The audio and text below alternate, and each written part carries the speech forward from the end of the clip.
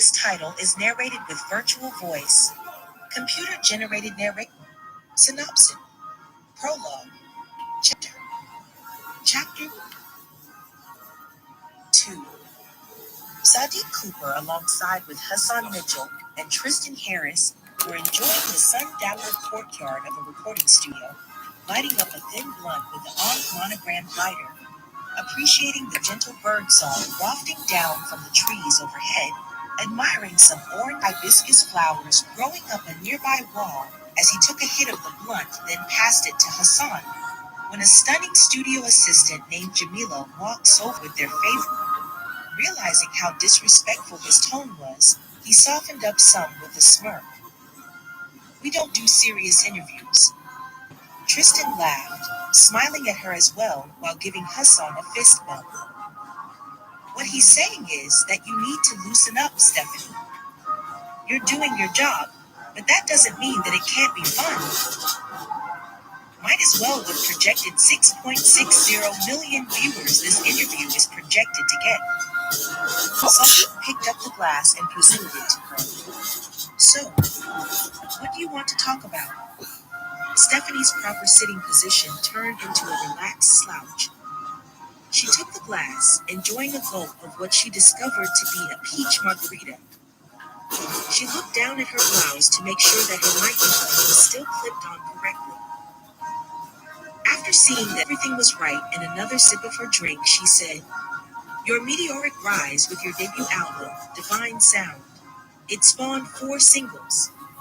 Only You, Emotional featuring Janae Aiko, Trying to Talk to You, and Home.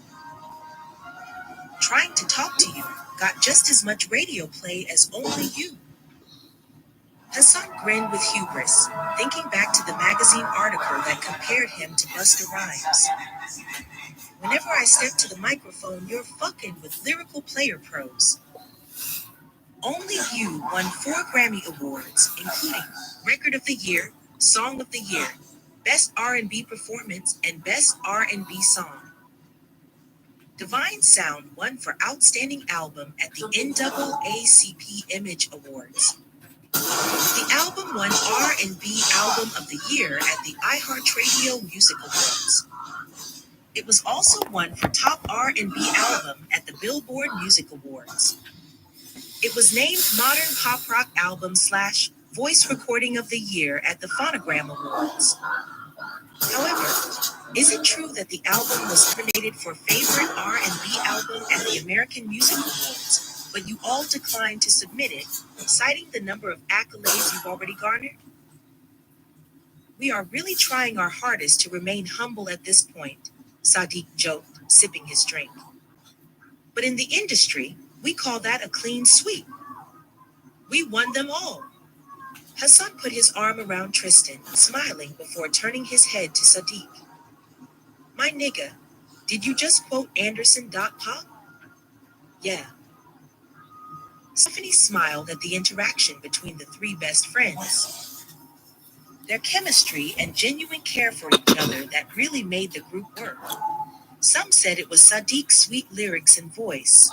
Others argued that it was Hassan's rough raps. While Tristan's hybrid ability to do both was where the magic lied. The trio combined as one was a guarantee for good music.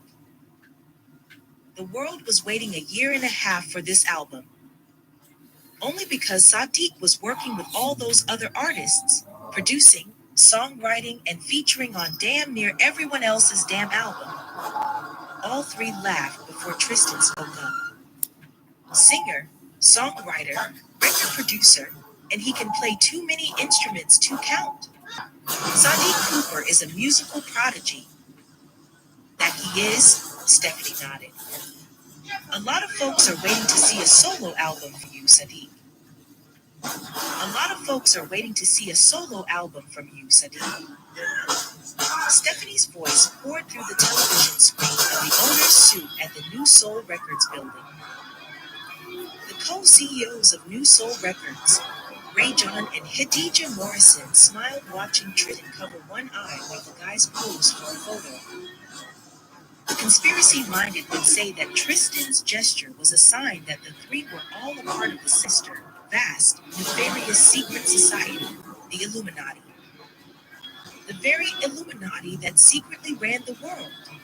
And they were absolutely right. The ultimate goal was to institute a new world order. Rajon and Hadija Morrison ran the world's entertainment division. They were staring at their chosen one, the one to bring about the grand plan. There were different sectors of the Illuminati. The entertainment sector was one of them, controlling the world's music, movies, sports, television, and all those involved within. It was because of them that the world got icons like Elvis Presley, Oprah Winfrey, Marilyn Monroe, Michael Jackson, Beyonce, Jay-Z, Megan Stallion, The Rock, Tory Lanez, and Will Smith before the final two strayed and had to be punished for falling from grace.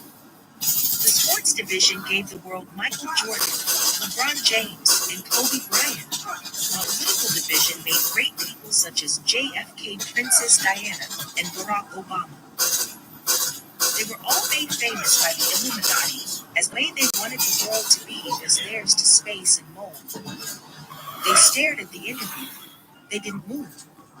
They didn't even blink, staring at the chosen one amongst the three. The one that was an unstoppable juggernaut, possessed of all the skills to dominate the charts seemingly at will, an instantly identifiable voice, eye-popping dance moves, stunning musical versatility, and loads of sheer star power. The one to bring everything. And the next piece of the puzzle has arrived, Hadija said to Rajon as the door opened behind them. What does that mean?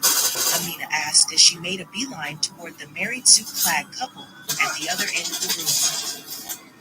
Rajon turned around, shaking his head and laughing. Now do you wish that you read the contract? Nobody reads the contract, Rajon. We sign it. You make us famous. She rolled her eyes, her voice full of fury. This better be good. I waited a year for you. Yeah. Hadija flagged her off with a hand. So you went through a humiliation ritual. You should have read the fucking contract. Anyway, you said that when I got out of jail that you'd make everything right. That you chose me. That you'd make me a star again. All you have to do is sign. That's what you said to me. You called so I'm here. We did you tell that, Amina? We promised to make you a star again. Damn right you did. We did, Hadija spoke up. So we're going to pair you up with divine forces. Amina stopped dead in her tracks. That was the last thing she expected to hear while envisioning her career rising like Phoenix. She knew what the cost was, but again, after the years she'd been through, she wanted her greatness back despite it. Let's see if you two can't make some music together. They'll produce and feature on it with Hassan and Tristan, Rajon told her. Do I really have to give up what you're asking? You're looking at a full redemption arc here, Amina. We're going to hook you up with interviews. Keep the shade room off your ass. You'll be able to sing your story to newfound greatness. You've got all of those songs in that journal of yours. We've got the PR machine, promotion, and marketing behind you.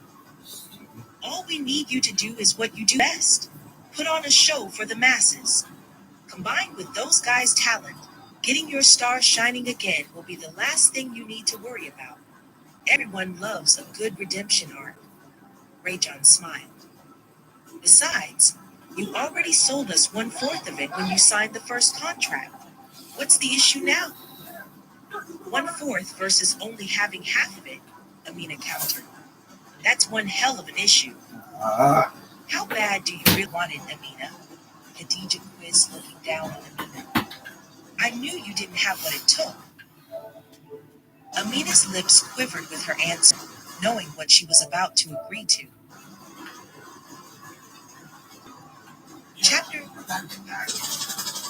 3.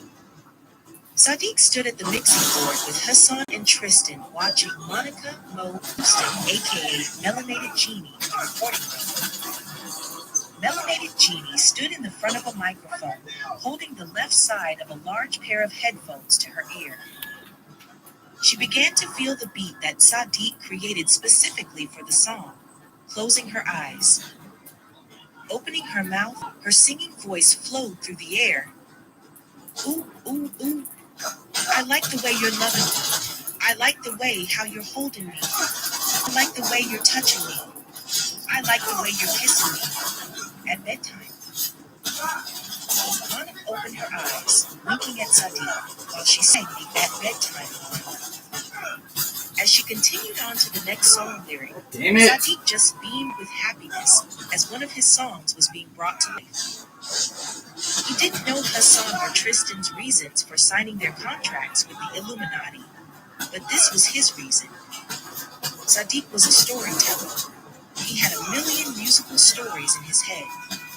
Whether he was producing hit after hit for other artists or singing it himself, his art was getting out into the world. Then he began to daydream. He saw himself as the second greatest musician who ever lived. The first was Michael Jackson. No one would ever be able to eclipse him, so the number spot was good enough for Sadiq. What started as songwriting, songmaking, then featuring on other artists' albums, became a full-time musical career. The New Times' John Caramanica spoke highly of him with high praise. His songs with various artists, different musical eras, different production approaches, and different singing voices are always designed to bring the very best out of anyone he's working with. Those Grammys for Best Rap/Sung collaboration with the female foursome B4 Real and Producer of the Year that Sadiq won prior to Divine Force's explosion were truly deserved. Damn, Mo sounds so good. Tristan looked out at Melanated Genie. Is there no one in the industry that you can't write for? I study everyone Ray John and Hadija give me to produce for. I pay attention to their strengths and maximize them. Sadiq smirked, just as Ray John and Hadija walked into the studio. How's it going? Hadija quizzed. You can hear her, right? Tristan smiled, bumping fists with Sadiq. Sadiq strikes again. There's no way that song's not gonna do well. Well, I had a little extra help with this one. Knowing glances were exchanged between Ray John and Hadija, the CEOs looked through the window at Melanated Genie. Through Sadiq, they were going to usher in a new age of music. Their plans were always far-reaching, plans that would have impacts for ages to come. That's because you're fucking her, Hassan laughed. The Shade Room got pictures of y'all boo-loving in New York last week, recording new songs, my ass. Glances again were exchanged between Ray John and Hadija as Hadija replied with, they most definitely did record Hassan. We've got the songs for her new album ready to go, except this song right here. With how good Monica sounds, the radio play is about to be massive, Ray John added. We came to talk to you guys real quick. Sadiq smiled. I understand, but I'm in the middle of producing right now. Just a few minutes, sir. Hadija's hand found Sadiq's shoulder like a supportive mother would. It's about the future. Okay. Sadiq nodded as they all filed into the private office to the left of them, leaving Ray John to watch and produce for Monica. Baby, fuck me, sir, screamed Monica as Sadiq pounded in and out of her pussy on the floor right beside the mixing board.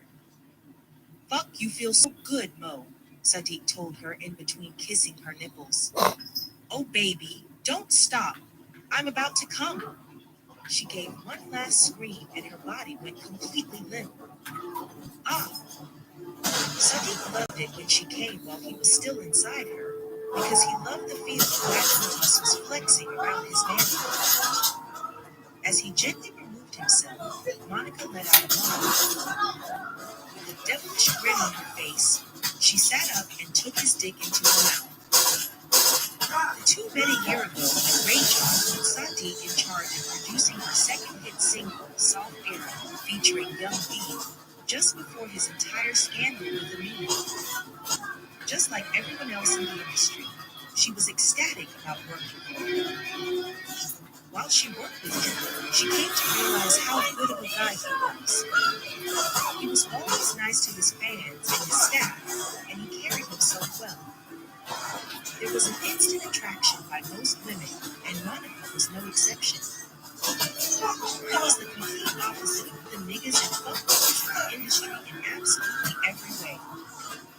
All of them were all about their money, jewelry, bitches, and cars. Sadiq Cooper was wealthy, but never faulted his rich status with outrageously expensive clothes, fast cars, or gaudy jewelry. Sadiq was more a clean-cut type of brother. He was 5'11" and 166 pounds, with milk chocolate skin, a curly top fade, a clean-shaved face, luscious lips, and brown eyes that showed his beautiful soul.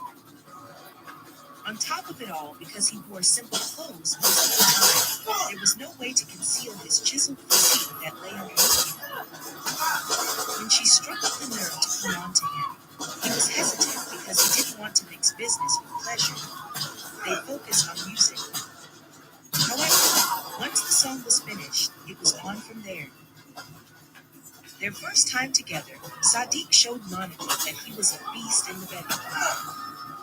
Almost a year and a half had passed since they'd been sleeping together, and Sadiq was still the best sex she ever had. Melanated Jeannie licked Sadiq's pipe like it was covered in her favorite ice cream, and it felt so good. Shit don't stop, Mo, he moaned, running his fingers through her afro. Seconds later, Monica deep-throated him. Sadiq felt his head hit the back of her throat, which turned him on even more.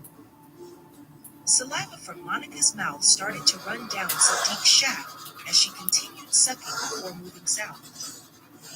She put both of Sadiq's balls in her mouth, sucking them like cherries. Monica moaned furiously, licking her way up his balls to the sensitive head of his dick. Feeling his dick pulse let her know that his end was near. Bless you, Ruby. Come on, baby, give it to me. Yeah, not for me, she urged in between licking and sucking on the tip. I want it. I want it. I want to taste it. I want it all. Those actions and words had Sadiq shaking. His toes curled and his eyes rolled back at the amount of sexual gratification coursing through him.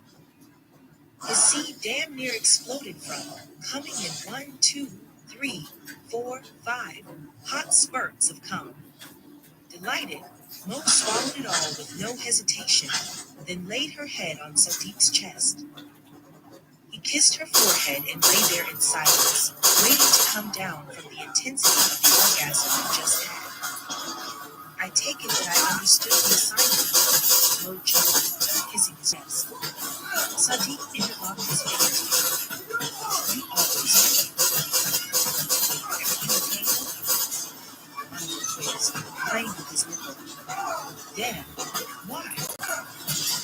I was in the middle of recording. God damn it! I saw Ray John and DJ come in. They either called or sent me to the office. They only come to us in Thailand. What did they want? They wanted to talk to us about a future project they had in mind for us. How can you be so sure, so trusting that they have any of our best interests at heart after what we signed away, son? Mo quizzed. I know we all signed that contract without reading it, but you know what people say about the price of fame. I know, but it's going to be worth it, Sadiq sighed, remembering when he was approached by the Illuminati and signed his contract. Because I know how it ends. How what ends? All of it. Sadiq glared at her with deadly serious eyes. I know how my story ends. Mo laughed at his kangaroo impression. And how does it end? Sadiq's deadpan expression softened with the sweetest smile. It ends with me as the greatest musician of all time. Boy, I swear you're the only one who can say something like that and somehow not be called a diva maker. Mo laughed even harder. It's only because your talent speaks for itself. That's why whenever you decide to get serious about us, I know you'll be the next power couple in the industry. Whoa, wait a second. Sadiq's eyes widened at the words and he sat up, pushing her off again. Let me explain something to you. You are not my girl, and you will never be anything remotely close to that. So don't let me even catch you thinking or speaking like that ever again. Just because we fuck from time to time does not mean you'll ever be anything more than just that. You understand me? Damn, Sadiq, I get it. Shit, she replied as she sucked her teeth. She knew she made him mad when he called her by her full name. He only did that when he was upset with her. She was completely thrown off because he had never talked to her or anyone else like this before. Feeling his dick getting hard again, Sadiq's fingers neared her pussy. I'm sorry, son. Melanated Genie apologized mutely before gasping when his fingertips massaged her clit and his lips kissed her neck. I know. Sadiq slipped 2 fingers inside her wetness, moving them back and forth. Now what are you going to do to apologize? Mo couldn't even answer as Sadiq roughly kissed her lips. The next thing Monica knew, she was on her hands and knees throwing her pussy back on his erection. With full concentration, the tip of Sadiq's manhood hit her G-spot over and over. Monica didn't know whether she was coming or going. What she did know was that her pussy was creaming and squirting as she was screaming his name. Goddamn. Fuck. I'm sorry, sir. I'm sorry. Damn right you're sorry. Sadiq smirked, nutting inside her as the thought of being the greatest of all time filled his mind again. Chapter 4. Hassan drove down the streets of Oakland, California in the new 2023 BMW M3 that he had bought earlier in the morning. It was a hot day at noon in April. What now seemed like too long ago. April was just a good month slinging drugs business. As a lieutenant in the ruthless mafia, his supply would run out fast. The money would be rolling in, and he'd be on the phone with his contacts to restock his supply. Then he'd stayed out all night, fucking it with different bitches. At the club, he'd buy out the bar, splurging money, and his name would be talked about in the streets more than normal than it already was. That was life before he signed his contract. He was no longer moving kilos. He was a world-renowned rapper with a $2 million net worth. In 2 hours, he was supposed to be at a meeting with Ray John, Khadija, Sadiq, and Tristan. If it was up to him, then he would have stayed in bed with the bitch he'd been fucking around with for a year and a half. If he did, then he knew that there would be hell to pay. When Ray John and Khadija called, he always answered. When you had a meeting with them, you arrived 10 minutes early just to make sure that you weren't late. It was all because of the contract he signed.